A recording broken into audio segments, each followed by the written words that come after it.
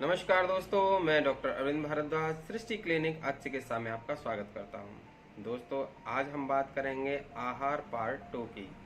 Part 1 देखने के लिए आप हमारी प्लेलिस्ट फिजिकल हेल्थ में जाकर देख सकते हैं।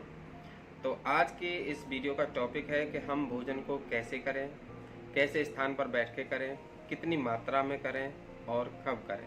तो इन प्रश्नों का जवाब आपको मिलेगा, इस वीडियो को अंत तक देखिएगा। तो इसका वर्णन आचार्य चरक ने विमान स्थान के प्रथम अध्याय में 24वें और 25वें श्लोक में किया है। वहाँ पर वर्णन किया गया है आहार विधि विधान के नाम से। तो उसमें कुछ नियम और शर्तें हैं जो हमें जाननी बहुत ज़रूरी है, और तो मैं उसी के बारे में आज आपके सामने बात करूँगा। तो आइए शुरू करते हैं। आचार्य चरक ने कहा है कि भोजन उष्ण होना चाहिए। उष्ण होने का मतलब है कि आप तुरंत उसको पकाएं और उसका तुरंत ही सेवन कर लें, उसको लंबे समय तक ना रखें, क्योंकि उसकी गुणवत्ता धीरे धीरे क्षीण होती जाती है। दूसरी शर्त उन्होंने बताई है कि भोजन स्निग्ध होना चाहिए, अर्थात उसमें घी, तेल इत्यादि का प्रयोग होना आवश्यक है। यहाँ पर मैं रिफाइंड तेल और वनस्पति घी के बारे में बात नहीं कर रहा हूँ, शुद्ध सरसों का तेल और देसी घी के बारे में कहा गया है। तीसरी इन्होंने शर्त बताई है कि भोजन जो है मात्रा पूर्वक होना चाहिए, और ये मात्रा कैसे निर्धारित होगी इसके विषय में भी वर्णित किया गया है चरक संहिता में ही।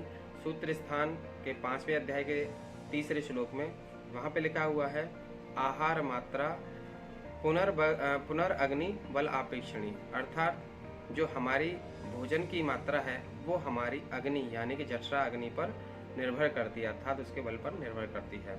वहाँ पर एक और भोजन के संबंधित कहा गया है कि जो भोजन लघु होता है यानी जो सुपाच्य भोजन होता है, अगर उसकी मात्रा हम अपने अग्नि बल से भी थोड़ी सी मात्रा में अधिक ले लेते हैं तो वो अधिक नुकसान नहीं पहुंचाती है।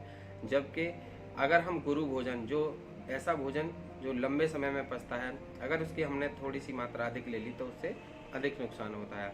और एक और सिद्धांत तो वहाँ पर बताया गया है कि जो व्यक्ति बलवान है, व्यायाम इत्यादि करता है, यानी कि हम कह सकते हैं कि रेसलिंग वगैरह करते हैं या फिर जिम करते हैं, हार्ड वर्क करते हैं, तो ऐसे व्यक्ति को ये गुरु और सुपाच्य भोजन का खास फर्क नहीं पड़ता है, क्योंकि उनकी जो अग्नि का बल है वो काफ़ी अच्छा होता है, तो उनके लिए ये रूल लागू नहीं होता है। अगली बात की है विमान स्थान में आचार्य चरक ने कि जो भोजन जीर्ण हो चुका है उसके बाद ही अगला भोजन लें, यानी कि जब हमारा पिछला भोजन पच चुका हो तभी हम अगले भोजन लें, उसके बीच में भोजन ना लें। एक और उन्होंने बात कही है अविरुद्ध भोजन की। अविरुद्ध भोजन का मतलब है कि ऐसा भोजन जब वो संयोग करता है तो उससे हमें कोई दुष्परिणाम ना निकले। उसके उदाहरण के रूप में आप समझिए, जैसे आप शुद्ध घी खाते हैं और शुद्ध शहद खाते हैं, ये दोनों ही बहुत ही लाभकारी चीज़ें हैं, लेकिन जब इनको हम बराबर की मात्रा में मिलाकर खाते हैं तो ये विष की तरह कार्य करता है। तो ऐसे भोजन का भी हमें ध्यान रखना चाहिए। और भोजन करते समय हमें वार्तालाप नहीं करनी चाहिए, हंसी मजाक नहीं करनी चाहिए, और जो भोज्य सामग्री है और जो हम जिस स्थान पर बैठे हैं वो मनो के अनुकूल होनी चाहिए। और इसके अलावा एक और बात बताई है कि जब भी हम भोजन कर रहे हों तो हमारा मन भी भोजन में हो। ऐसा ना हो कि हम भोजन यहाँ कर रहे हैं और मन हमारा किसी और चीज़ का चिंतन कर रहा हो। तो मनोयोग होना बहुत ज़रूरी है, और भोजन में क्या हमारे स्वास्थ्य के लिए लाभकारी है, क्या हमारे लिए हानिकारक है, इसका विचार भी हमें कर लेना चाहिए। तो ये सब वर्णन किया है आचार्य चरक ने विमान स्थान के प्रथम अध्याय के 24वें और 25वें श्लोक में। इसके अलावा आपके बनाने के लिए भी है। अगर आप भोजन को मन से बनाते हैं, इसी सब चीज़ों का ध्यान रखते हुए बनाते भी हैं, तो उसका प्रभाव भी पूरे शरीर पर पड़ता है। तो अगर आप इन सब चीज़ों का ख्याल रखेंगे तो आपके शरीर में वो भोजन और अधिक गुणवत्ता वाला हो जाएगा। अगर आप इन चीज़ों को इग्नोर करते हैं तो कहीं ना कहीं हमें उसका लाभ नहीं मिल पाता है, जिसकी वजह से हम जो पूर्ण हमारा भोजन का स्वस्थ लाभ है वो हमें प्राप्त नहीं हो पाता है। एक और कि हमें भोजन कब करना चाहिए।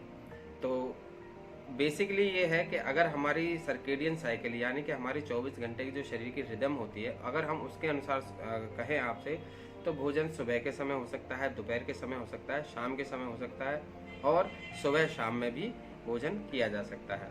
ये डिपेंड करता है एज के ऊपर, कोई रोगी है तो उसके लिए थोड़ी अलग व्यवस्था होती है, जो स्वस्थ व्यक्ति है उसके लिए थोड़ा सा कॉमन यही चीज़ है कि वो सुबह दोपहर शाम या सुबह शाम में भोजन कर सकता है। लेकिन इसमें एक और जो महत्वपूर्ण बिंदु रह जाता है वो ये है कि यदि आपको भूख लगे तो आपको भोजन अवश्य करना चाहिए। भोजन जरूर करें, उसको किसी न किसी चीज़ से रिप्लेस ना करें। जैसे बहुत लोग हैं जो सुबह भूख तो लगती थी, लेकिन उन्होंने जब से चाय पीना शुरू कर दिया है तब से उनको भूख नहीं लगती है, तो सुबह वो अपना चाय पी लेते हैं और खाना 12-1 बजे 2 बजे तक उनका होता है। तो ये थोड़ा लेट होता है और उस चाय का जो दुष्परिणाम है वो आपके सामने है ही। तो इन चीज़ों का भी हमें ध्यान रखना चाहिए। तो हमें भोजन के बारे में आज ये सारी चीज़ें पता चल गई कि हमें किस प्रकार का भोजन करना चाहिए, क्या क्या चीज़ें उसमें होनी चाहिए, कैसे स्थान पर करना चाहिए। तो आशा करता हूँ कि आपको ये जानकारी अगर ये जानकारी आपको अच्छी लगी है तो आप हमारे चैनल को सब्सक्राइब कर और आगे भी इस प्रकार के अनेकों वीडियो आएंगी, उसके लिए अपडेट रहने के लिए बेल आइकन पर भी हिट कर दें और इस वीडियो को अधिक से अधिक लोगों तक पहुंचाएं, जिससे जो प्रामाणिक स्वास्थ्य का ज्ञान है वो हर व्यक्ति तक पहुंचे। क्योंकि जिस प्रकार हमारा स्वतंत्रता का अधिकार है वैसे ही हमारा स्वस्थ रहने का भी अधिकार है। हम बीमार ना पड़ें, हम एक ऐसी नॉलेज रखें जो हमारे प्रैक्टिकली इम्प्लीमेंट भी हो सके और हम आरोग्य का लाभ उठा पाएँ। नमस्कार।